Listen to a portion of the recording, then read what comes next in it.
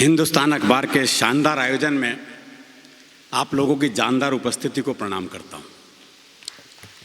आदरणीय एसपी साहब की उपस्थिति है। 1 साल हो गया हंसते हुए चेहरे देखे हुए, इसलिए मास्क हटा दो जरा। दांत देखे बहुत दिन हो गए भाई। दांत देखे बहुत दिन हो गए। हाय हाय, सच में एक कष्टदायक स्थिति रही है 1 साल से। तो थोड़ा आनंद के साथ सुने आप, क्योंकि अभी हम कोरोना काल से निकले नहीं हैं। जब कोरोना काल शुरू हुआ सर, सबसे पहले कहा गया वर्क फ्रॉम होम। अब हम कैसे करें? तो मैंने वर्क फ्रॉम होम के तहत घर पर ही कविता सुनाई।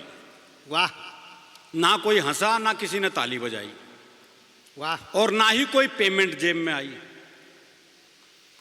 कई कष्ट एक साथ थे जी।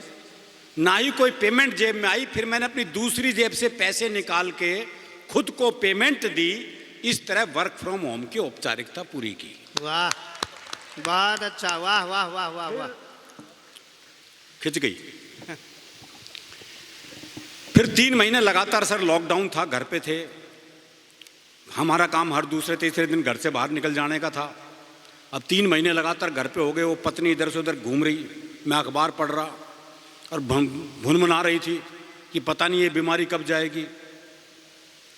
तो पता ही नहीं लग रहा था मुझे कह रही है, कोरोना को कह रही है। फिर एक कष्ट आप सबने भी सहा होगा। 3 महीने लगातार जब ऐसे लॉकडाउन की स्थिति रही, पत्नी मेरा चेहरा देख रही, मैं पत्नी का चेहरा देख रहा। बहुत कष्टदायक स्थिति थी ये भी। तो मैंने सोचा कुछ पल अलग ढंग से जिया जाए और किसी महिला मित्र को वीडियो कॉल किया जाए। क्या बात है, आय हाय आय हाय। भाई कुछ तो परिवर्तन हो जी। हाय हाय। कुछ पल अलग ढंग से जिया जाए और किसी महिला मित्र को वीडियो कॉल किया जाए। ये सोचकर मैंने अपनी सबसे सुंदर महिला मित्र को वीडियो कॉल मिलाया। अच्छा, लेकिन उसने फोन ही नहीं उठाया। अरे थोड़ी देर बाद लैंडलाइन पर उसका फोन आया। मैंने फोन ना उठाने की शिकायत की तो उसने समझाया, देखो सारे ब्यूटी पार्लर बंद हैं। हाय हाय। सारे ब्यूटी पार्लर बंद हैं, अपना चेहरा नहीं दिखाऊंगी। मैं भी भाभी जी की तरह चुड़ैली लग रही हूं, इसलिए वीडियो कॉल नहीं उठाऊंगी। भाभी जी का होगा तो और दिल टूट गया होगा। और जब चुड़ैली कह दिया तो अब क्या रह गया था फिर। अभी 22 मार्च गई है जी, हमारी वो पहले जनता कर्फ्यू की बरसी थी। 22 मार्च। अच्छा, मैं दिल्ली में जिस एरिया में रहता हूं जी, मैंने कर्फ्यू कभी नहीं देखा था। 22 मार्च को जनता कर्फ्यू लगा। मैं सुबह 10 बजे अपनी बालकनी में आया, पूरा सन्नाटा, कोई आदमी नजर नहीं आ रहा जी। वो गली के कुत्ते बहुत परेशान। भाई उन्होंने भी तो कर्फ्यू पहली बार देखा था। उनको पता भी नहीं होगा क्या है। हाँ, वो कौन सा मुजफ्फरनगर, मुरादाबाद या अलीगढ़ से आए थे। हाय हाय, वाह वाह वाह वाह वाह वाह वाह वाह वाह वाह वाह। तो क्योंकि सूंघने की शक्ति कवियों में भी होती है, तो मैंने कुत्ते की मनस्थिति सूंघी। अच्छा, वो सोच रहा था, लगता है सभी मनुष्यों को कुत्ता नगर निगम वाले पकड़ के ले गए। कुत्ता निगम वाले। हाँ। अच्छा, वो 5 बजे मोदी जी का आदेश था वो ताली थाली बजाने का। तो अचानक 5 बजे वो ताली थाली शंख, एकदम शोर हुआ बहुत। वो कुत्ता हड़बड़ा गया बेचारा। और मैंने उसकी मनस्थिति फिर सूंघी। वो सोच रहा था, बहुत जल्दी छोड़ दिया इन सबको। हाय हाय, वाह वाह वाह वाह वाह वाह। अच्छा, 6:30 बजे फिर वही सन्नाटा हो गया एकदम।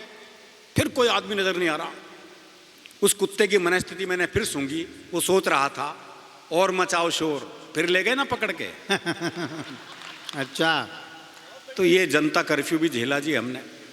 अब मैं हरियाणा पे आता हूँ, थोड़ा सा आनंद की। दरअसल हंस लें थोड़ी देर, बहुत तनावपूर्ण जीवन चल रहा है और हरियाणा तो हास्य रस में रहता ही जी। बहुत सहज हास्य में जीने वाले लोग हैं।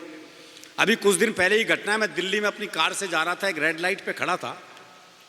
वो बत्ती कब हरी होगी मुझे पता नहीं चला। कुछ सोच रहा हूँ मैं, ऐसा आपके साथ भी कभी हुआ होगा। तो एक मोटरसाइकिल वाला आया घूम घाम के मेरे पास। मेरे कार का शीशा खटखटाया। मैंने शीशा नीचे किया, बोला इससे ज्यादा हरी नहीं होगी वो।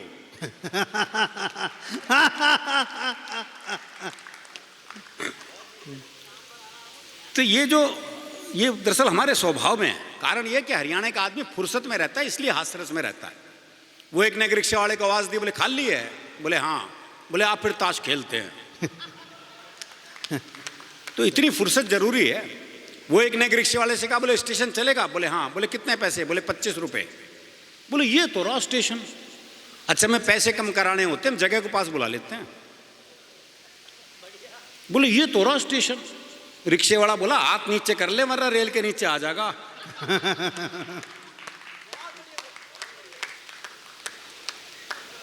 वो एक पहुंच गया हलवाई की दुकान पे, भाई ने छिक के जलेबी खाई भरपेट।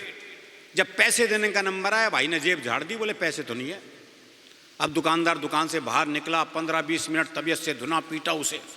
जब खुद थक गया पीट पीट के, तो वापस दुकान में चला गया। अच्छा, वो भी कपड़े झाड़ के खड़ा हो गया है। बोले अब क्यों खड़ा है? जा। बोले इसी भाव 1 किलो और दे दे। तो ये मस्ती अपने भीतर रखनी बहुत जरूरी है जी।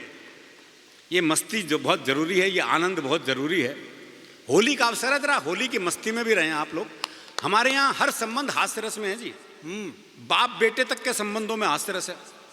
वो एक बेटा रात को 9 से 12 पिक्चर देखने जा रहा था, तो बाप ने कहा अगर जागता हुआ हूं तो दरवाजा खोल दूंगा, लेकिन अगर सोते को जगा दिया तो फिर नहीं खोल लूंगा। अब वो रात को 1 बजे लड़का वापिस आया, तो बोले कैसे पता लगा बापू सोवे है जाग गए है? तो अगले ने चौकीदार की आवाज बनाई, बोले राम प्रसाद सोवे है जाग गए है? बोले जागू हूं। बोले जाग गए तो खोल दे।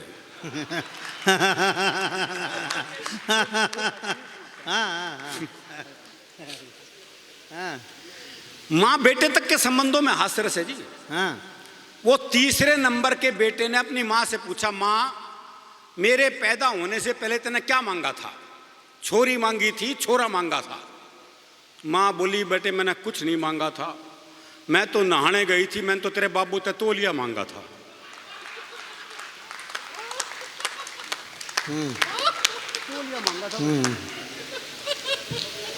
तो ये संबंध हास्यरस में, बाकी तो कल्पना कर ही सकते हो आप, सास बहू दमाद, ये तो हास्यरस से भरे ही पड़े हैं। वो बहू जो है पियर गई, मायके गई, तो माँ ने पूछा, बोले बेटी दमादो खाने में क्या पसंद है? बोले जी बथुआ बहुत पसंद है। अब जब दामाद बहू को लेने पहुंचा तो बथुए का साग, बथुए की भूजी, बथुए का रायता, बथुए की रोटी, बथुए का पराठा, और तो और सलाद में ही बथुआ। अगला 2 मिनट तो थाली देखता रहा, फिर बोला सासू इस तरह अच्छा मैंने बथुए खेत में छोड़ जाती। हाय हाय, फिर छोड़ा? हाँ, चढ़ता रहता हूँ बैठा बैठा भाई। वो एक दामाद पहुंचा ससुराल पत्नी को लेने, तो सास का जी नहीं कर रहा था भेजने का, तो उसने कहा अगले हफ्ते आइए। वो अगले हफ्ते आया, सास बोली जी नहीं भरा, अगले हफ्ते आइए। वो फिर अगले हफ्ते आया, सास बोली तू तो हर हफ्ते आ जा है, हम अभी नहीं भेजेंगे, 15 दिन के बाद भेजेंगे। बोले जी मैं अभी आ जाके थक गया, मैं 15 दिन यहीं रुकूंगा। हाँ, साथ ही लेके जाऊंगा। वो सास घबरा गई, बोले दामाद रुकेगा तो खातिरदारी करनी पड़ेगी।